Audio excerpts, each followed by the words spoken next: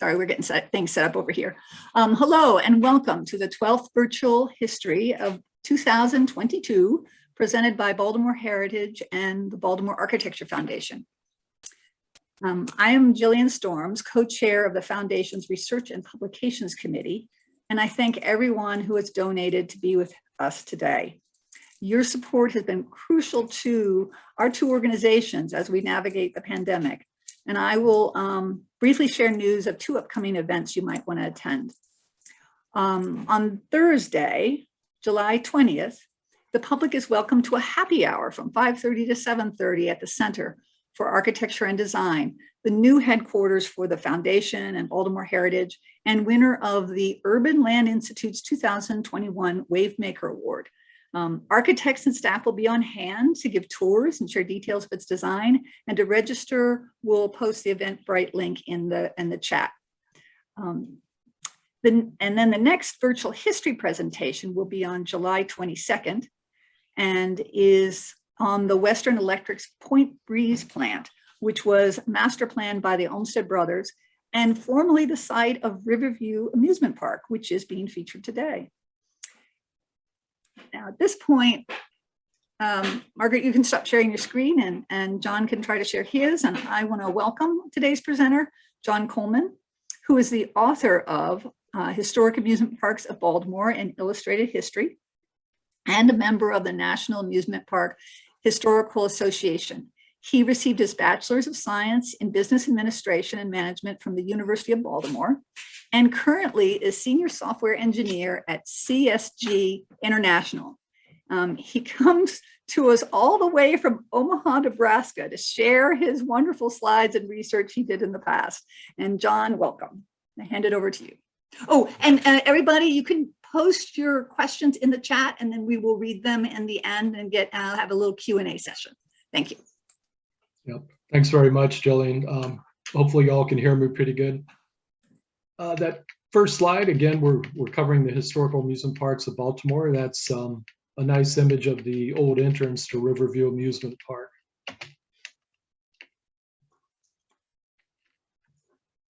The map you see here, Jillian was kind enough to uncover this and forward. Nice detail here. It shows the different amusement parks in the Baltimore area, and you can see Gwynn Oak Park out there to the far west, Electric Park, Carlin's Park, Frederick Road Park, and Riverview. First slide, I thought I'd start with Riverview Amusement Park. That's a view of the casino and Ferris wheel. So Riverview was located at Point Breeze, which is where Western Electric had taken over.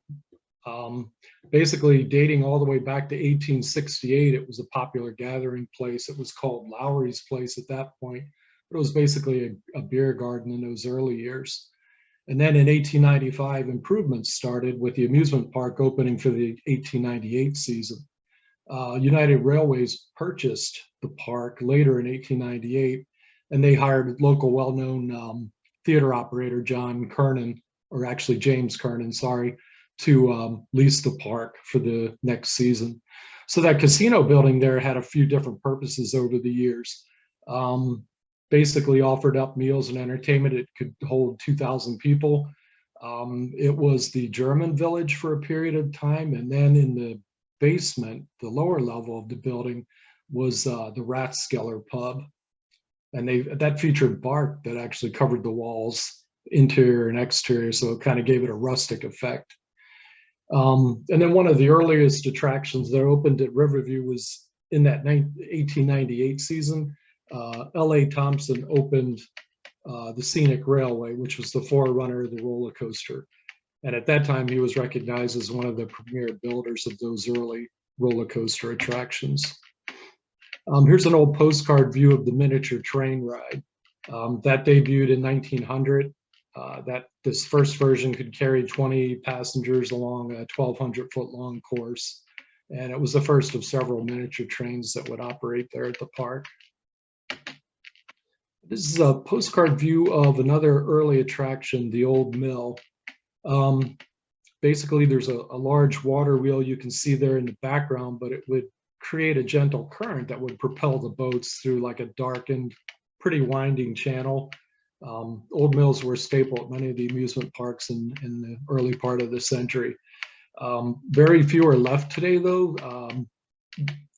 We've still got a couple in operation at Kennywood Park in Pittsburgh, and I believe Playland up in Rye, New York. We do have, there's 3 state fairgrounds in the Midwest in Minnesota, Kansas, and Iowa.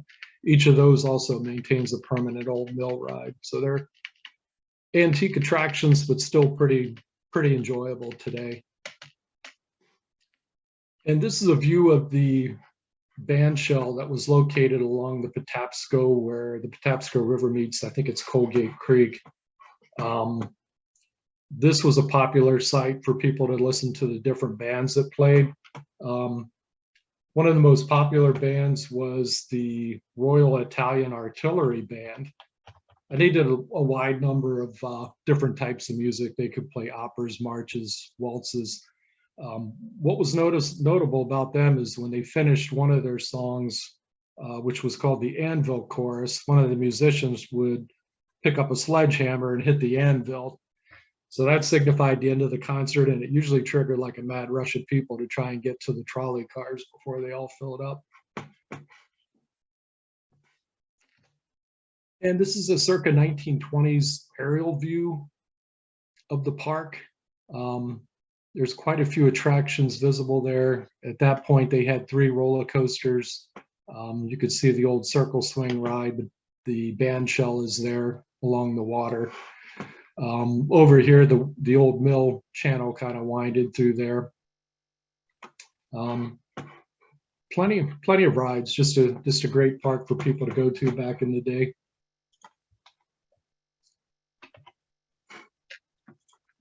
And for the next slide, oops, I'm going to go back one. I missed a slide here. I wanted to show illuminated entrance to Riverview Park. 1906, the park put out quite a bit of money. I think it was around $50,000 to build this new grand entranceway. It was about 60 feet tall and covered in 2,000 electric lights. They also installed a portico with a lake, and they put a huge electric fountain in the middle of the lake that was, covered with lights as well. So each night at 10:30, basically crowds would, gather around for a close-up and kind of watch how, kind of like a spectacle after dark.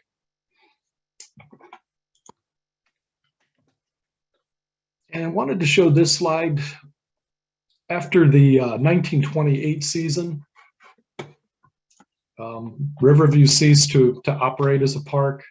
Western Electric purchased it in October of 28, so they grabbed up 125 acres of land, and they basically manufactured cable and wire for many years after that.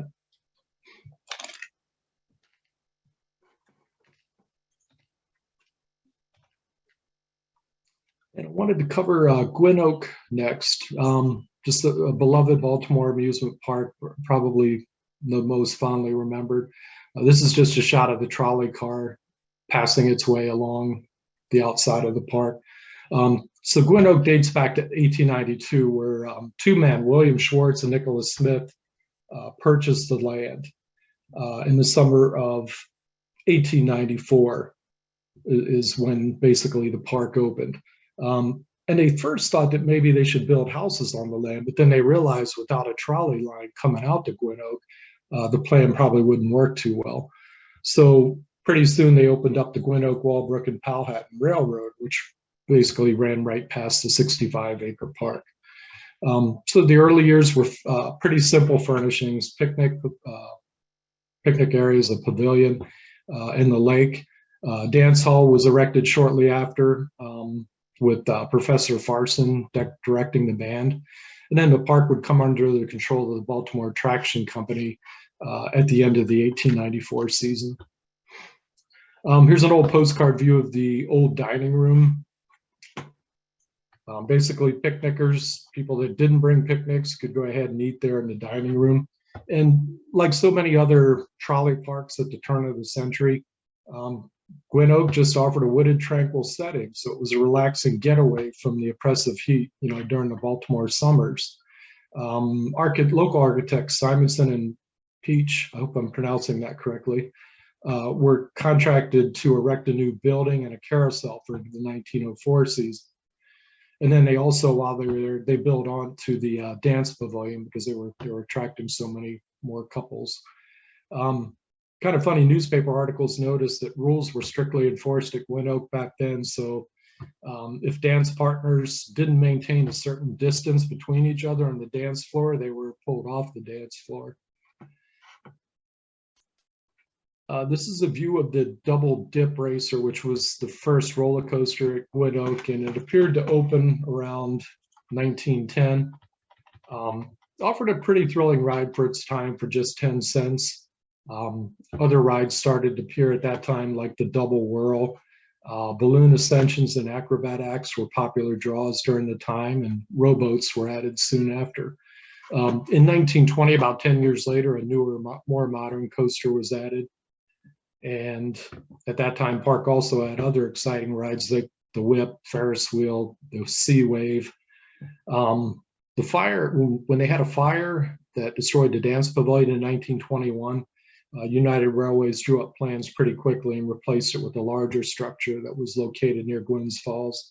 The 20s and 30s were kind of difficult times, though, for the park because they suffered through a few fires, the Great Depression. The Baltimore Transit Company, which was formerly United Railways, did go ahead and lease the park out to Arthur Price in 1936, and he set to work renovating the park fairly quickly. New roadways were constructed and buildings were redesigned to handle larger crowds. This is a picture of the Arrow Swing ride, which is located right next to the park's outdoor stage.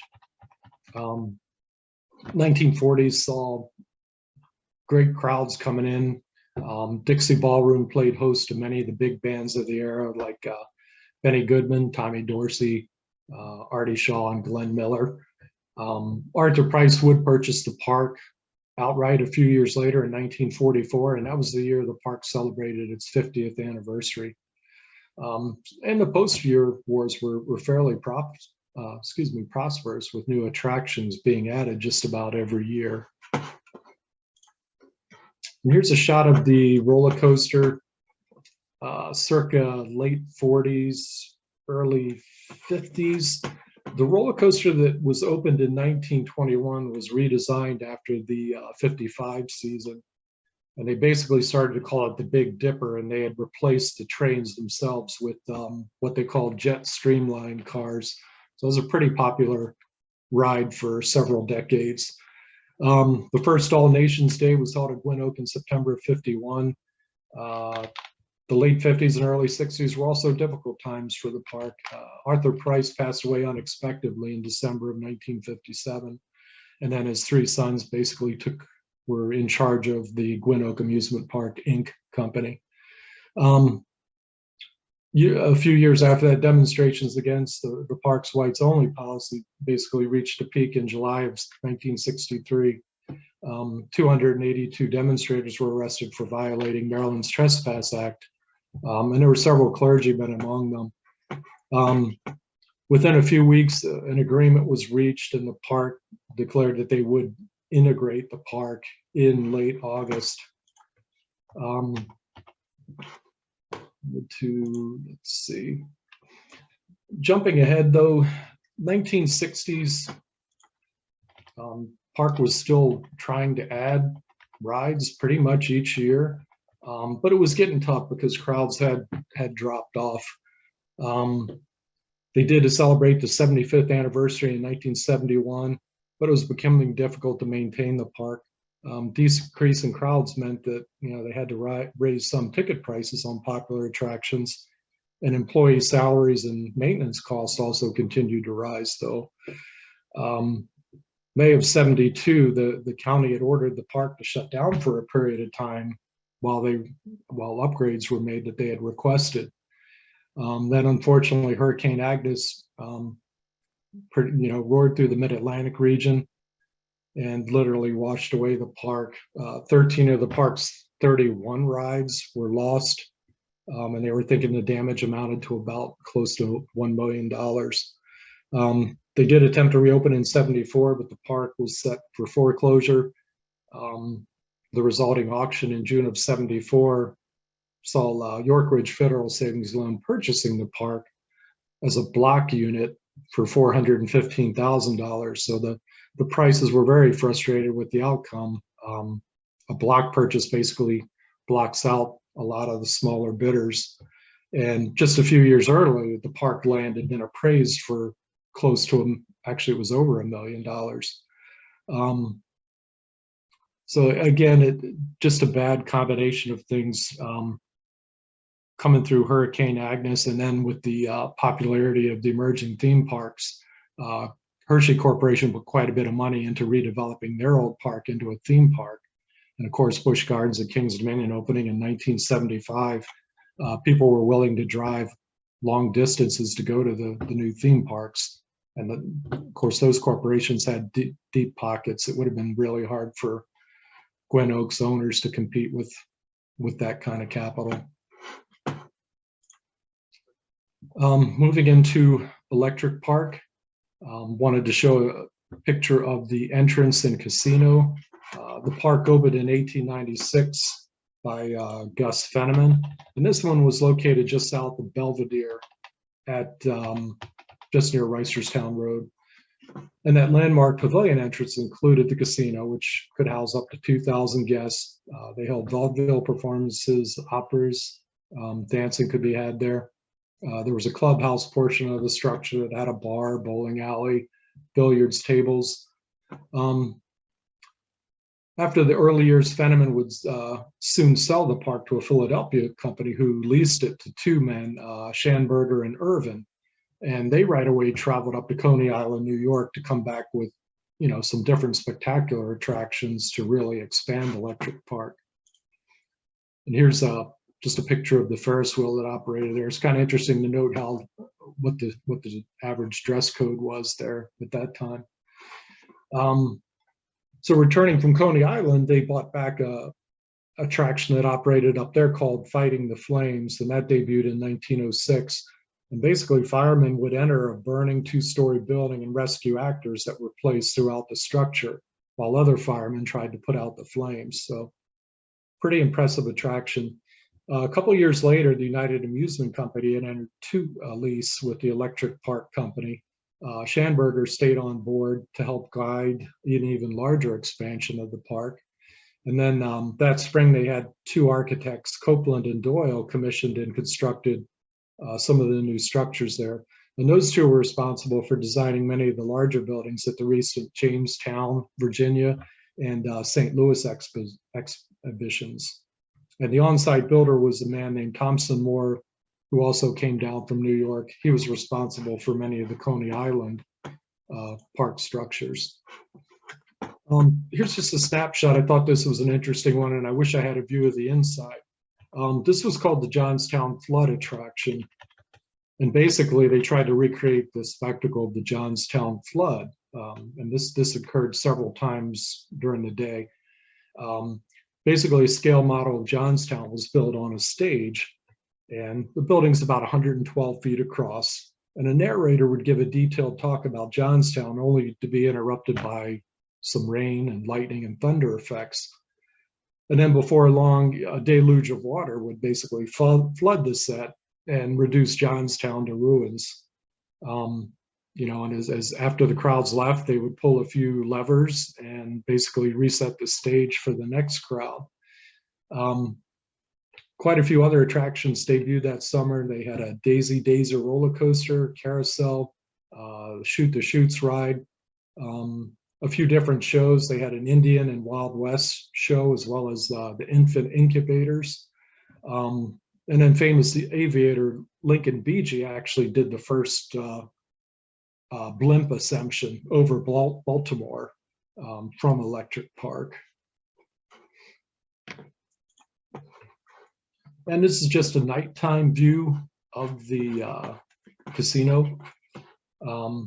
1909, just a few years later, improvements were continuing at the park. On opening night for 1909, they threw a switch and 43,000 incandescent electric bulbs lit up. So it was really popular spot. Couples really enjoyed having a meal or drink or just dancing in the casino. They had a attraction called the Human Laundry, which opened during that period as well. Unfortunately, when the 1911 season hit, the amusement attractions there didn't operate from them forward. Horse racing on the track there at the park became the popular draw for a few seasons. But by that time, with the suburbs starting to encroach the park, the land's too valuable.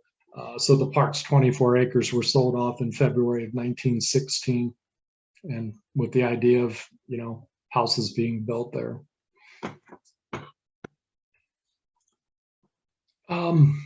Bay Shore Amusement Park is the next one I'd like to cover. And just a heads up, we've kind of condensed this to 6 parks. I had many more included in the book, but for time purposes, we focused on 6 parks within the Baltimore region.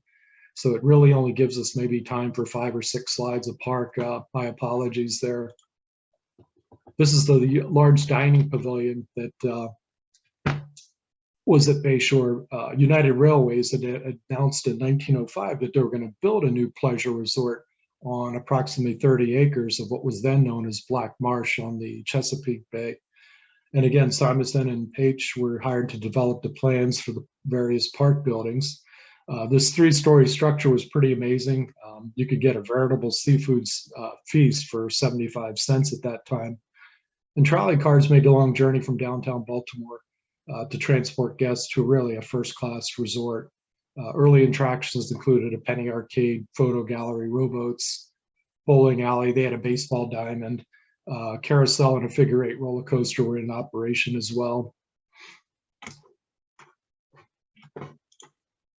And this is a shot of the original railroad or trolley station along with the a fountain.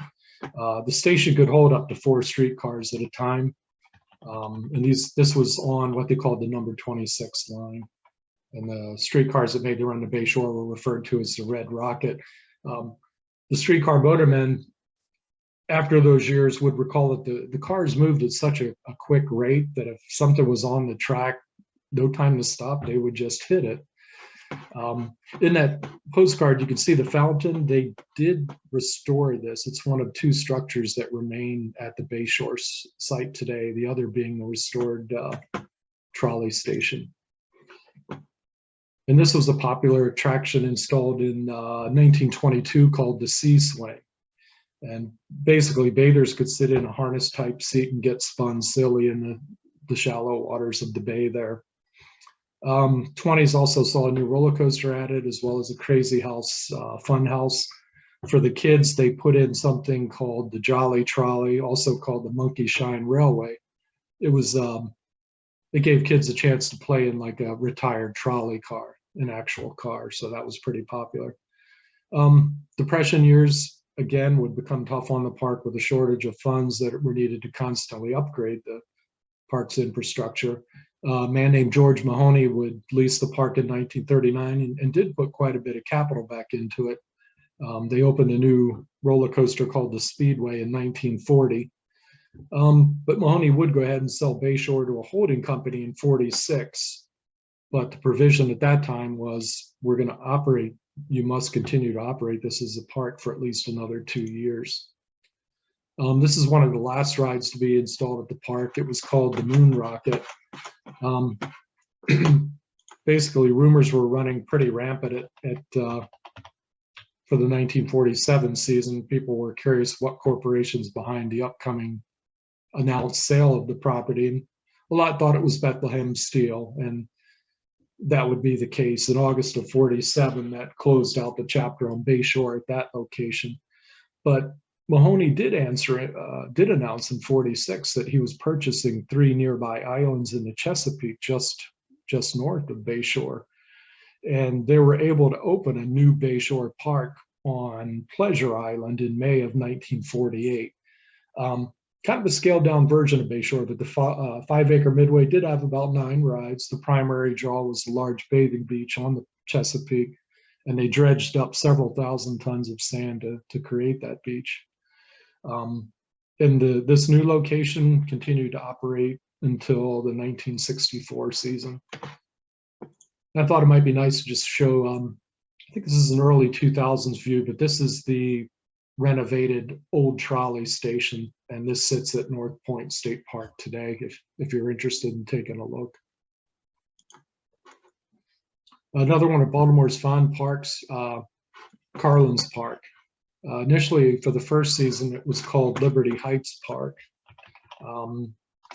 John Carlin, in June of 1917, opened this huge dance hall. It was at least 3 times the size of his previous hall. And Carlin's was located just north of Druid Park Drive between Park Circle and Liberty Heights Avenue.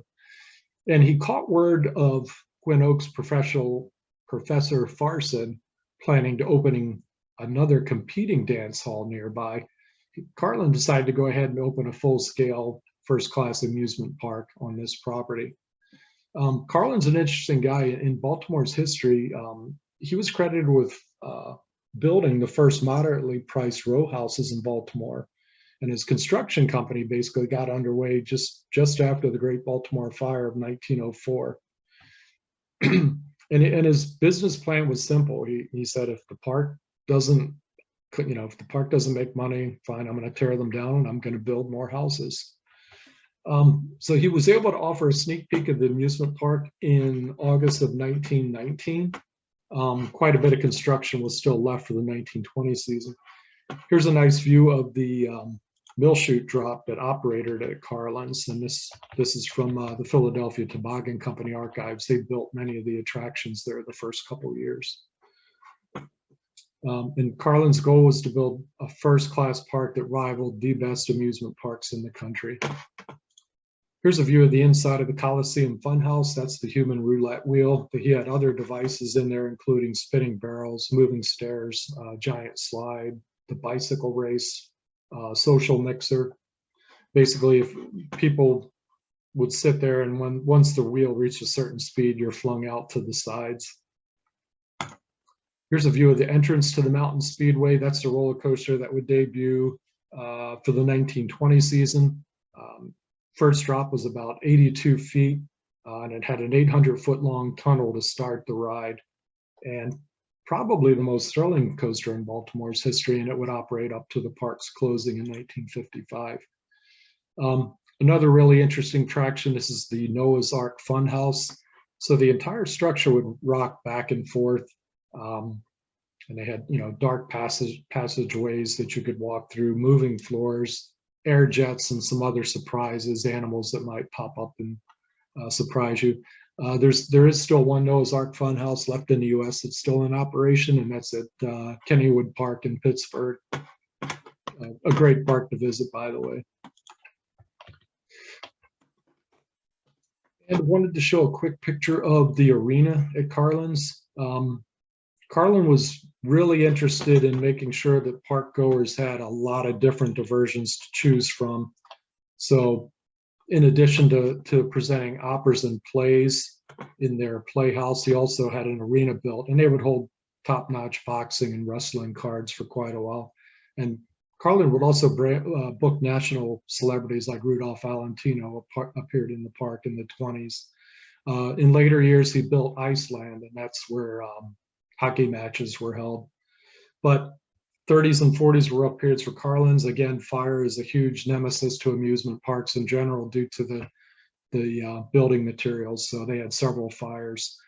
John Carlin passed away in 1954, and the park followed not too long after that. And I wanted to close with a much lesser known amusement park, very short lifespan. Frederick Road Park was situated right where Frederick Avenue meets Hurley Avenue in the southwest of Baltimore, and it was right across from the Mount Olivet Cemetery. For a number of years, the German Cannstatter Volksfest was held on the grounds, and that's like a popular German fall celebration. and they had a traditional fall monument that they would decorate with produce, fruits and vegetables, and they would donate them to charity at the end of the festival. But it basically served as a symbol of thanks for a successful fall harvest. So they offered pretty much typical carnival type diversions, as well as plenty of cold beer and food like sausages and sauerkraut. So Frederick Road Park opened in 1915, and a few years after, Philadelphia Toboggan Company leased the park, and they put in some of their attractions, including this classic carousel. They would also open an old mill ride, circle swing, roller coaster. Unfortunately, the park just didn't last too long. This is a fun house that Philadelphia Toboggan Company built as well. Pretty cool exterior there. A lot of diversions inside to keep people busy.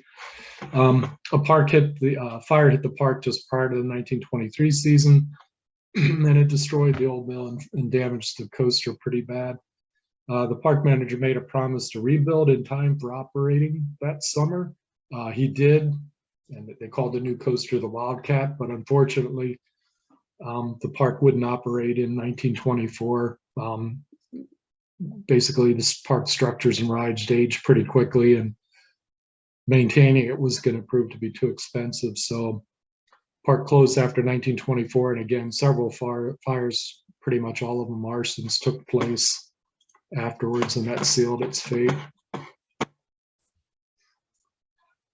And that's it for the slides. Again, I wish I had more time. We've got plenty of slides for all of those parks, but we wanted to include some resource links here. National Amusement Park Historical Association, Baltimore Heritage, the Baltimore Architecture Foundation, the Virtual Histories. We have lots of questions, John. So I think we, now that you came in right under the wire for 30, we want to just have a little bit of time just to give a chance to respond to some of the questions. So I tried to group them. There was, if you could bring back the slide that was on the overall map. Some people said that had gone so quickly they didn't really see that. So people want to know how they got to some of these parks, trolley, waterfront. And so maybe you could speak to, I mean, I thought some of them were even created by the trolley companies in order to get people using their services. Right. Gwynn Oak's a good example of that one. Back in the day, the trolleys you'd operate mostly during the day, and people might use it to go to work. And what they realized is they're paying a flat monthly fee to the power company, and you might not have hardly any ridership on the weekends. So what they figured out is if we develop some kind of location outside of the city where, usually around a body of water with woods, a cool spot just for picnicking, you could greatly enhance the ridership. So Gwynn Oak was a good example. Frederick Road Park, even though it was only there for a short time, that had a line that ran past it. And Bayshore, which is not shown here, is way out to the western side. I mean, right now that was redeveloped back into a park, and Bethlehem and Steel had it for a while, but that was really created just to get people using the line. Right. It was quite a long jaunt too from downtown. Probably the furthest ride was well out to Bayshore. Some people ask, they assume these amusement parks were seasonal attractions. How did the owners make money the rest of the year?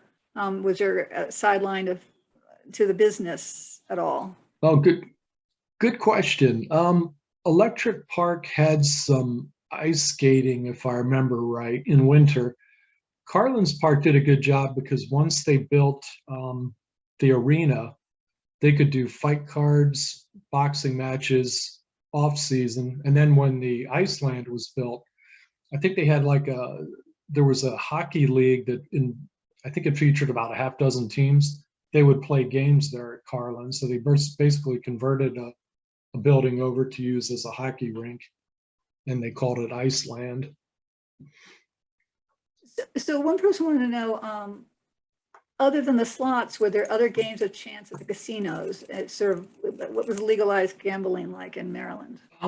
You know, it's a good question.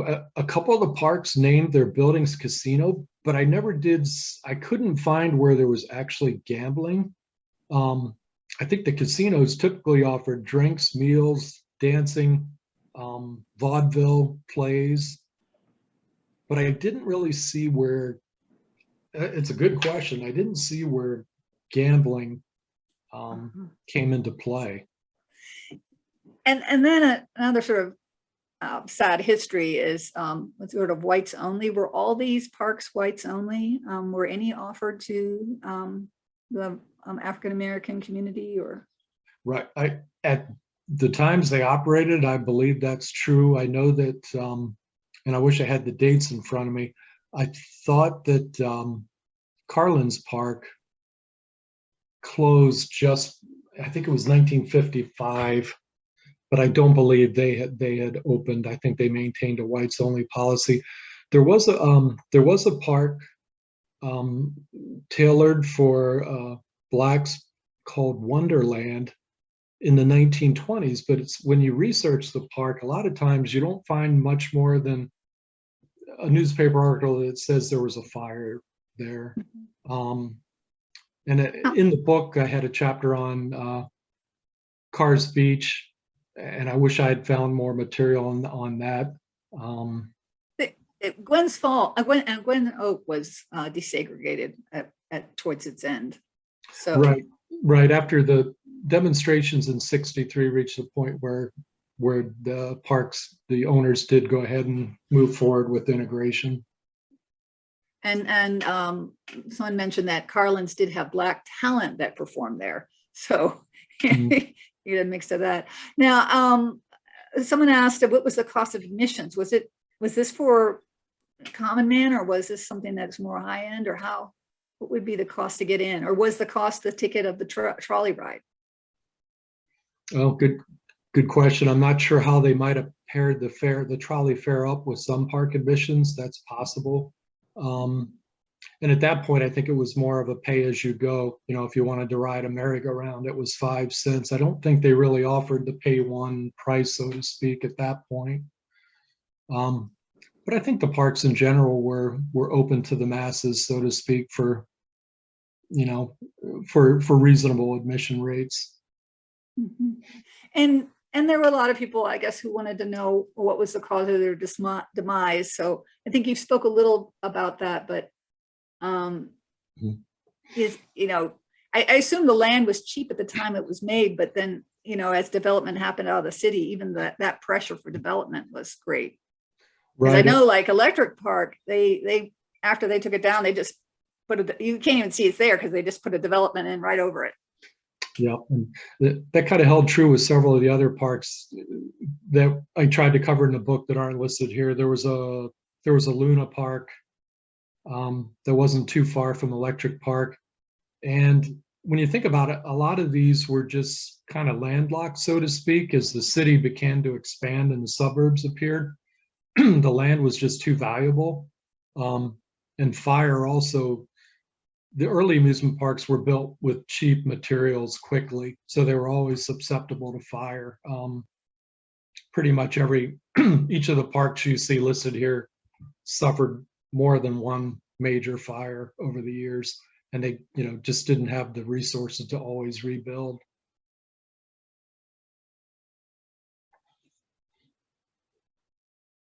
I think we're getting to be at the end of our hour. I know there were a few more questions people had, and what we could do is we'll print out the chat for you, John, and we could always follow up with a few who we couldn't get to today. Sure. I do appreciate everybody who came on to the call and also you sharing your great knowledge with us. I'm going to post one last time to the chat how to register for the upcoming happy hour and tour of our headquarters. The Baltimore Heritage and the foundation would love to host anybody who wants to see our new place, and we're excited because we're right downtown. And I'll be actually talking next week at the July 22nd virtual history on the site of the Breeze Works, which had basically taken out the Riverview Park, because I found it so fascinating to see what the Olmsted brothers had actually envisioned for that whole location. So, so we'll do that one next. But anyway, so I think that you have any last words, Johns or Margaret? Okay. I do. Sorry. It will be available online. Oh yeah, yeah. So this is being recorded and available online. We have a YouTube site. Baltimore Architecture Foundation has a YouTube site. I don't know that this one got on Facebook this time. It did make it. It didn't make, yeah. But anyway, I did post a link a couple of times in the chat for how it's available, but I can do that quickly right now. Or we can send that out also to the list of people who, but if you just go to YouTube and say Baltimore Architecture Foundation Virtual Histories, it will pop up. So, okay. All right. Thank you, everyone. Thank you. Bye-bye. Doodles. Thanks.